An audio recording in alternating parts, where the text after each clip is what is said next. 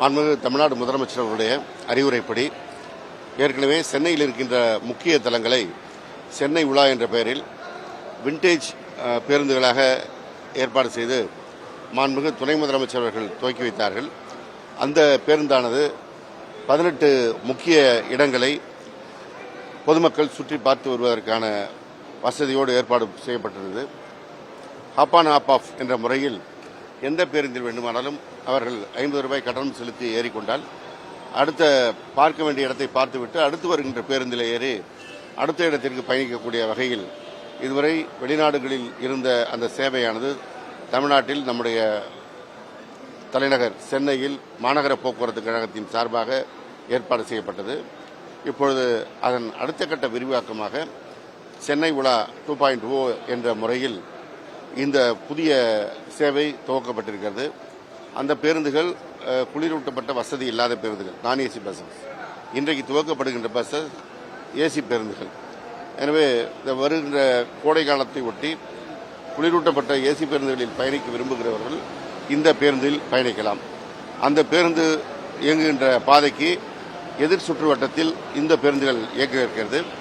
அந்த பேருந்துகள் 18 இடங்களில் சென்று வந்ததை இந்த பேருந்து 26 இடங்களை சுற்றி வரக்கூடிய வகையில் திட்டமிடப்பட்டிருக்கிறது. கூடுதலாக பெசன்ட் பகுதிக்கு சென்றுவிட்டு அங்கே இருக்கின்ற அண்ணா நூற்றாண்டு நூலகம், காந்தி நினைவிடம், அடையார் கேன்சர் இன்ஸ்டிடியூட் போன்ற பெரியார் அறிவியல் மையம் போன்ற கூடுதல் இடங்களையும் பொதுமக்கள் பார்ப்பதற்கு வசதியாக ஏற்பாடு செய்யப்பட்டிருக்கிறது. எப்பொழுதும் ஒரு பெரிய நகரத்திற்கு செல்பவர்கள் அங்கு இருக்கின்ற சுற்றுலா தலங்களை பார்க்க விரும்புகின்ற போது அது குறித்த நூல்களையோ அல்லது இணையதளம் மூலமாக தேடி தேடி போய் பார்க்க வேண்டிய நிலைமை இருக்கும். ஆனால் இன்றைக்கு சென்னை வருபவர்களுக்கு அந்த சூழல் இல்லாமல் நம்முடைய மாநகர போக்குவரத்து கழகத்தின் சார்பாக இந்த ஏற்பாடு மிக சிறப்பாக செய்யப்பட்டிருக்கிறது. நம்முடைய மாநகர போக்குவரத்தினுடைய மேலாண்மை இயக்குநர் மரியாதைக்குரிய பிரபுசங்கர் IAS அவர்களும் JMD மற்ற பொது மேலாளர்கள் எல்லோரும் இணைந்து இந்த ஒரு சிறப்பான திட்டத்தை நல்ல முறையில் வடிவமைத்து பொதுமக்களுக்கு பயன்பாட்டில் கொண்டு வந்து அந்த சென்னை உலா என்ற அந்த முதல் சுற்று என்பது மிகப்பெரிய வரவேற்பையும் வெற்றியையும் பெற்றிருக்கிறது. எனவேதான் அதன் அடுத்த கட்டமாக இன்றைக்கு 2ஆம் கட்ட சென்னை உலா 2.0 அறிமுகப்படுத்தப்பட்டிருக்கிறது. நிச்சயமாக பொதுமக்களுடைய வரவேற்பை இது பெறும். லண்டன் போன்ற நகரங்களுக்கு நானே சென்றிருந்த போது அங்கே இருக்கின்ற ஆப் ஆன் ஆப் ஆஃப் சர்வீஸை பார்த்து எப்பொழுது நம்முடைய நகரங்களுக்கு அதையெல்லாம் கொண்டு வருவது என்று நினைத்திருந்தோம். இன்றைக்கு அந்த கனவு என்பது நனவாகி இருக்கிறது.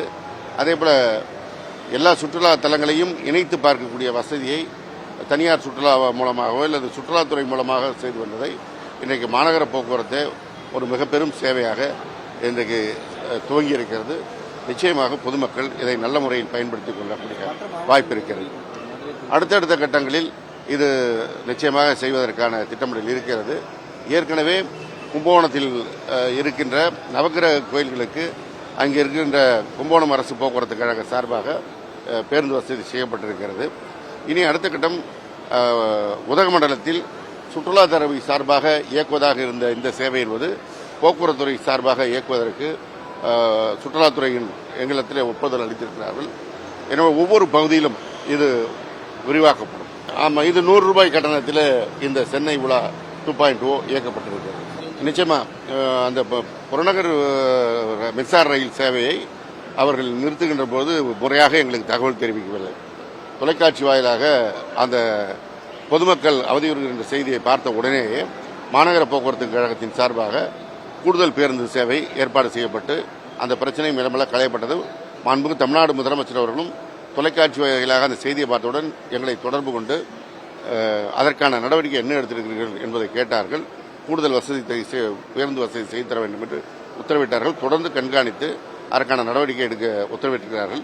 ஒன்றிய அரசு தமிழ்நாட்டின் மீது எப்பொழுதும் பாராமுகமாக இருப்பது போல ஒன்றிய ரயில்வே அமைச்சர் தமிழ்நாட்டு மீது தொடர்ந்து குற்றச்சாட்டை சொல்லி வருவார். ஆனால் அந்த குற்றச்சாட்டில் உண்மை இருக்காது. இன்றைக்கு அவர்கள் தலைமையில் இயங்குவதால என்னவோ தெரியவில்லை. ரயில்வே துறை அதிகாரிகளும் பொதுமக்களுக்கு இடையூறு வருகின்ற, அதுவும் குறிப்பாக மாணவர்கள் தேர்வு எழுதுகின்ற இந்த காலத்தில் அவர்களுக்கு இடபாடு வருகின்ற வகையில் இந்த செயல்பாட்டை செய்திருப்பது என்பது மிகுந்த வருத்தத்திற்குரியது. இருந்தாலும் நம்முடைய மக்கள் பாதிக்கப்படக்கூடாது என்று மாநகர போக்குவரத்து கழகத்தின் சார்பாக கூடுதல் பேருந்து வசதிகள் செய்யப்பட்டிருக்கிறது.